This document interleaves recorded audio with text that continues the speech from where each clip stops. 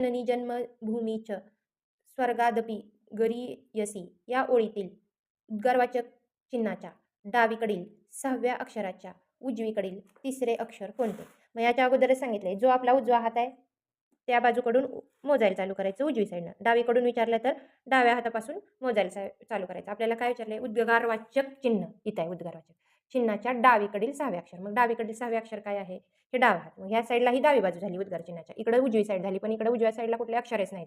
मग आपण मोजू डावीकडील 6वे अक्षर. 1, 2, 3, 4, 5, 6. 6वे अक्षर काय आले? द.